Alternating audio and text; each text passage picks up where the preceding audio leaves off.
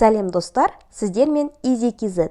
Инвестиция және қаржылық сауаттылық тақырыбын сізге қазақша және оңай тілмен жеткізетін арна. Екінші деңгейлік банктер сіздердің ақшаларыңызды ұрлауда, немесе оларды өз пайдасы үшін пайдалануда.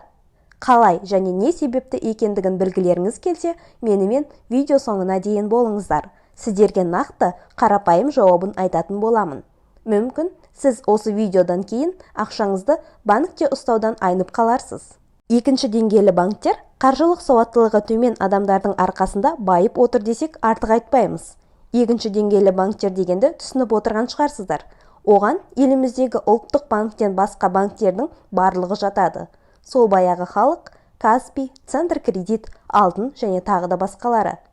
Қазіргі кезде барлығымыз жалақымызды осы банктердің шығарған картасына аудару арқылы аламыз.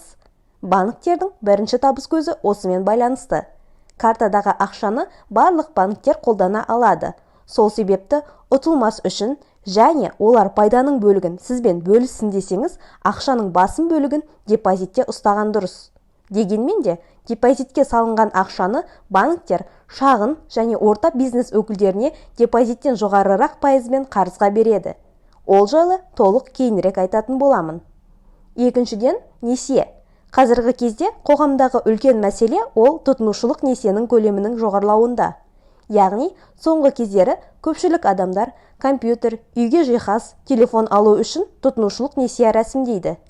Екінші деңгейлік банктер тұтынушылық несие үшін 56%-ға дейін пайыздық үстемақы орнатуға құқылы.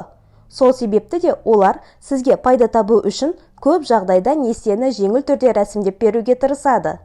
Банктер үшін ипотека немесе автонесиелеуге қарағанда дәл осы тұтынушылық несие көбірек пайда әкеледі.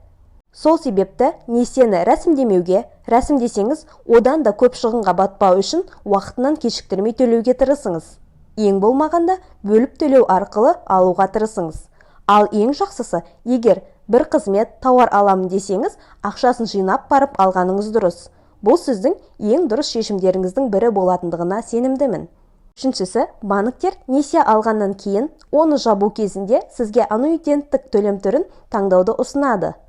Бұл төлем түрін таңдасаңыз, несиелік қарызды банкке қайтарған кезде, банк бірінші банктік салған пайыздық үстемақысын төлеуді міндеттейді.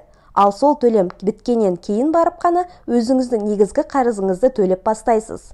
Сол себепті де төлем жасау графигін сұрағанда міндетті түрде тең төлем түрін жасауды талап етіңіз. Сіздің оған құқығыңыз бар. Осы сіздердің банкке салған ақшаңызды банктер қайда жұмсауда деген сұрақ туындауы мүмкін. Сіз ақшаңызды банкке депозитке салғанда, оны банк пайда көру үшін айналымға жібереді. Яғни, банктерде инвестициялық қызметпен айналысады. Олар да әртүрлі табыстылығы жоғары бағалы қағаздарға инвестициялауы мүмкін. Оған қоса, сіз салған ақшаны басқа шағын және орта бизнес өкілдеріне қарызға ұсынады. Ол тіпті тұтынушылық несиеде де қолданылуы мүмкін.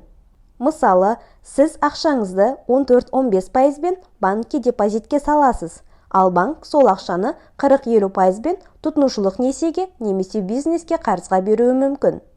Әрине, банктер сіз ақшаңызды талап еткенде қайтарып бере алатындай ақша көлемін өз қорында сақтайды.